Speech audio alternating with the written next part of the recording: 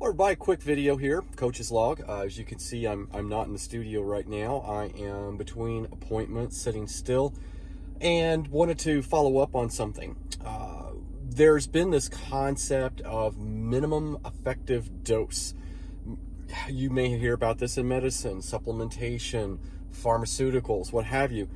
There's no difference in training. What is the minimum effective dose to quantify, qualify, give you an adaptation, something that will move your performance forward? And I'm going to give you some very, very simple, and I do mean simple, guidance. If you take a look at the duration of the event or the race that you're looking for, typically what I try to shoot for is 20% greater time.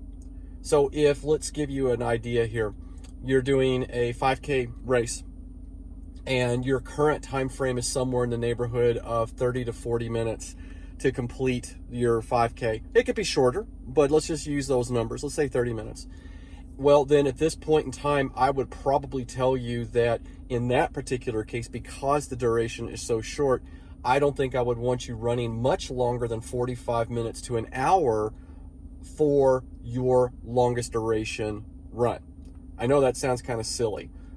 I certainly have done my fair share of longer duration running in preparation for 5Ks, but if we're looking for the minimum effective dose, we're shooting for somewhere in the neighborhood of 40, 45 minutes, no more than an hour.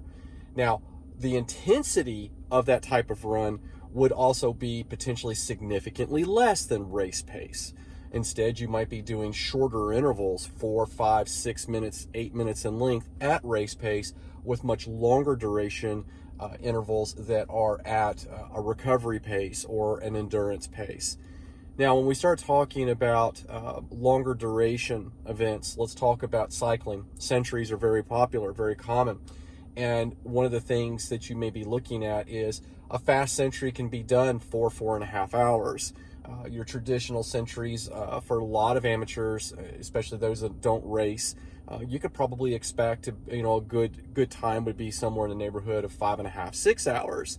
So what would be the longest duration ride you might want to do? Quite honestly, it might not be 5 to 6 hour long ride in practice and in training.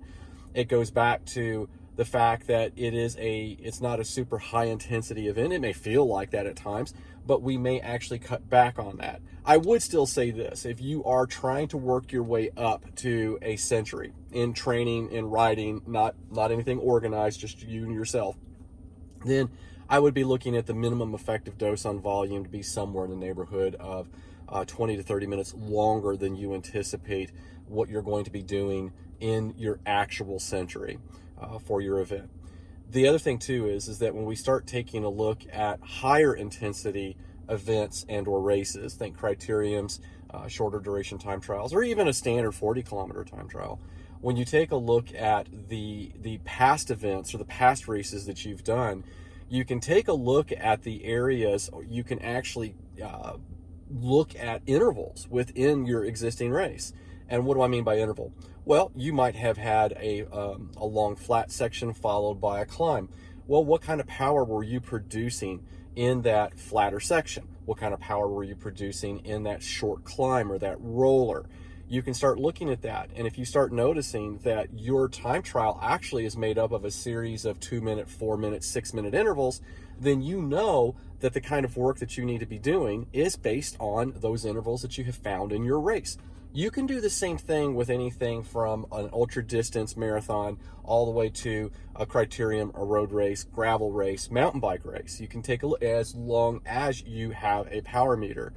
So you can look at that and say, all right, well, the longest intervals that I had were 4 minutes in length. Then I would say the longest intervals that you want to be working on at those power intensities or slightly higher would be no more than about 5 minutes. So remember, you want to do the right work.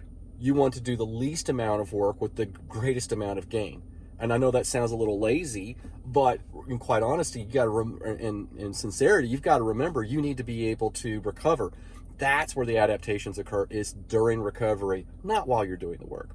All right, if this is helpful, or if you would like a little bit more knowledge about structuring training, what goes into the periodization of training, I'll have a link at the end of this where you can find this in the description on a webinar I did some time ago on structured training and periodized training. All right, everybody, have a great rest of your training week. We'll talk again soon.